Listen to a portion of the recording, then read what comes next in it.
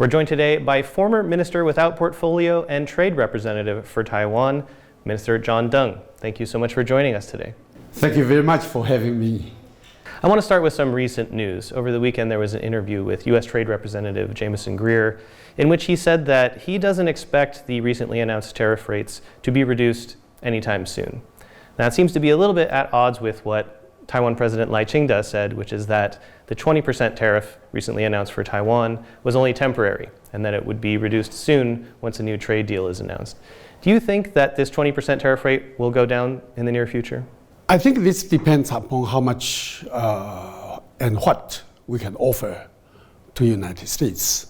One, whether we can open up our market. Second, how much investment you can put in United States. Third, how much deficit, trade surplus you have with the United States. Of course, from Taiwan's perspective, 20% is a little bit high. And we hope we all, the society, business community, and the whole society wants to have a lower rate. That's the goal. Before you left government, as the trade representative for Taiwan, you actually led the negotiations on the U.S.-Taiwan Initiative on 21st Century Trade. And when these reciprocal tariffs were announced in April, actually there were ongoing negotiations for the second part of that agreement at that time, which included agricultural market access in Taiwan. And that raises the question, now that this new deal seems to be being negotiated to avoid reciprocal tariffs, what's going on with the Initiative for 21st Century Trade, and what's its relationship to this current deal? I also observed that Trump administration pretty much already put this agreement aside. However, I'm not worried of that, since this agreement was signed by leaders of both countries, was approved by both Congress, by Taiwan Parliament, legislature, as well as by U.S. House and Senate. So this agreement is has full force of a international agreement. I think it is a good agreement. I mean, 21st century, it is a good agreement, but it's not being used now. It is a separate issue we are dealing with. You've been negotiating with the U.S. on trade for a long time. I know you can't reveal too many specific details, but give us a little bit of the behind the scenes. What's it like to be in the room during these negotiations? I think from my personal experience, you are right. It is very long.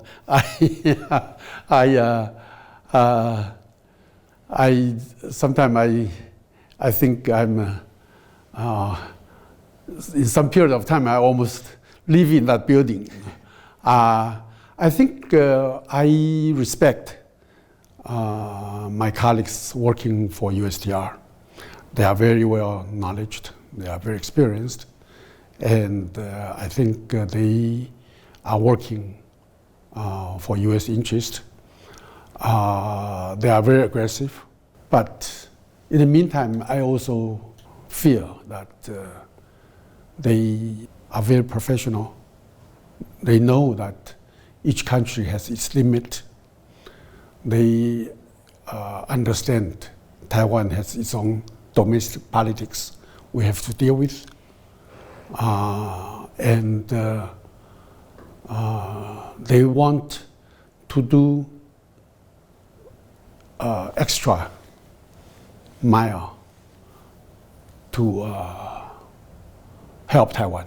But when you're in the room, when the Taiwan team and the U.S. team are in the room together, does it ever feel tense, or does it always feel very cordial and friendly? Both. Sometimes I don't know, I don't want to say you hate them, but it's close. Since they are very aggressive, always very aggressive. We work for both different governments, so we fight. but privately we get along well, then you understand that they think Taiwan are more friendly, are more open to them than other of their trading partners. This is related to the personality of U.S. Americans as a whole. It's quite direct. You won't misunderstand them. So, in that respect, it's also easier for us to make decisions to understand them well. Many times in the negotiation, you misunderstood the other side, but in the case with the United States, I rarely need to think secondly, say they mean differently. After these reciprocal tariffs were announced last week, everyone is now looking to this Section 232 investigation, which may put sector-specific tariffs on semiconductors, which of course are Taiwan's most valuable export. However, the deal with the European Union that recently came out, they seem to have gotten a 15% blanket tariff cap on all tariffs, including Section 232 tariffs on semiconductors. Do you think that Taiwan will be able to arrange a similar kind of tariff cap on semiconductors so that whatever the amount that comes out of this 232 investigation is, it will not exceed, say, 15%? It's not clear. It's not clear. Even the only announced information, on the public information we already saw on the press. The purpose of that investigation is whether foreign products threaten U.S. national security. So that's the whole purpose of that exercise. We think Taiwan semiconductor is a very special circumstance. We produce this for U.S. customers. They trust us. They trust us. Will not steal their trade secrets on their designs. They trust us can produce good quality products so that will not affect the operation of their, say, missile system. We are not threatening U.S. national security at all. I think we are strengthening U.S. national security.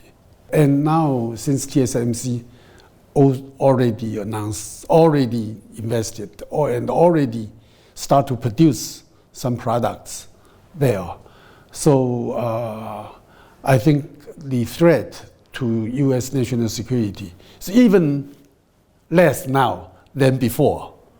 If there is one, I don't think there is any possibility we can threat.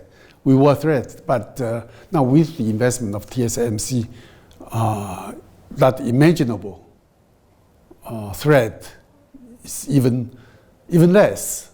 So hopefully that the so-called threat or damage to U.S. national security is not applicable in Taiwan's case. One of the main concessions the Trump administration has seemed to have gotten out of a lot of these trade deals is large amounts of investment into the United States. So Taiwan's TSMC has already made the biggest single investment of any company in the world into the United States. But when you look at some of these recent deals, that number starts to look a little bit smaller. Several countries in the Middle East have pledged hundreds of billions of dollars. Japan, $550 billion.